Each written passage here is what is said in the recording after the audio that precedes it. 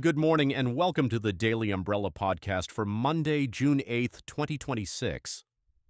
During the next 5 minutes, we will catch you up on some of today's stories from Iowa, around the nation, and beyond.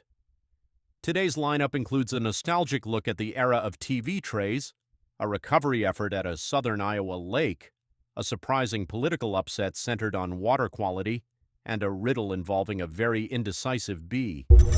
Let's get started. Many households once had a familiar piece of furniture tucked away somewhere in the house, the TV tray.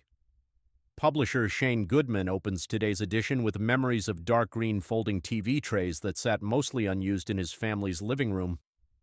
In his childhood home, eating in front of the television was not always allowed, especially when shag carpeting was involved. TV trays became popular during the rapid rise of television ownership in America. By the mid-1950s, televisions had become common household fixtures, and by the 1960s, nearly 90% of American homes had one. Families gathered around sitcoms, westerns, and nightly news broadcasts, and TV trays provided a convenient place to enjoy dinner while watching. That trend helped inspire one of America's most famous convenience foods. In 1954, Swanson introduced the TV dinner, a neatly packaged meal designed specifically for people eating in front of the television. Turkey, stuffing, sweet potatoes, peas, and later favorites like Salisbury steak became symbols of a modern, convenient future. Today, TV trays may seem quaint, but they represent a fascinating moment when technology changed not just how people entertained themselves, but how families gathered and ate together. Authorities have recovered the body of a missing West Des Moines man from Sun Valley Lake in southern Iowa after a 2-day search effort involving multiple agencies. Search operations began Saturday and were suspended overnight before resuming and ultimately locating the victim. Meanwhile, Des Moines police report that one person was injured in a shooting on the city's south side. Officers responded to an apartment complex on Indianola Avenue, and authorities say a suspect is now in custody.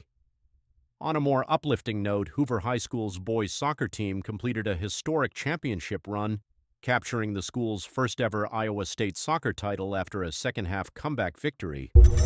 One of today's featured opinion pieces focuses on what has become a defining issue in Iowa politics: water quality. The column by CityView Food Dude writer Jim Duncan examines the recent Republican gubernatorial primary upset in which Zach Lane defeated heavily favored Randy Feenstra. According to the commentary, Lane's campaign emphasized public health and concerns about water contamination, topics that have often received less attention than other agricultural issues in Iowa politics.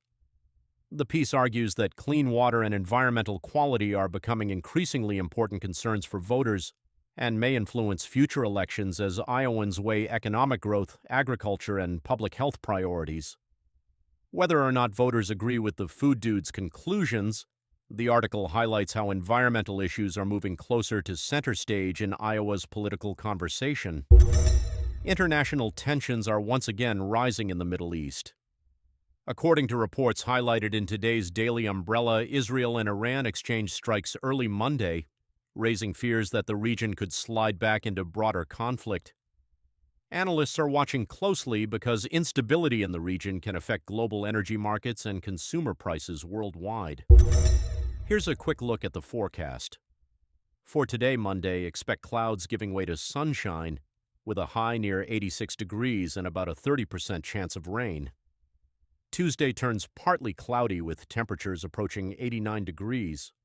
By Wednesday, forecasters are watching for possible afternoon thunderstorms as highs climb to around 90 degrees. If allergies are affecting you, grass pollen levels are currently running high. On this day in 1948, the first automobile bearing the Porsche name was completed. A year later, in 1949, George Orwell's 1984 was published, introducing the world to concepts like Big Brother that continue to influence discussions about privacy and government surveillance today. Before we go, today's riddle asks, what do you call a bee that can't make up its mind? Think about that one throughout your day and look for the answer tomorrow morning. Thanks for listening. And remember, you can receive the Daily Umbrella in your email inbox for free each weekday morning. Sign up at www.thedailyumbrella.com. Have a great Monday, stay informed, and we'll see you next time.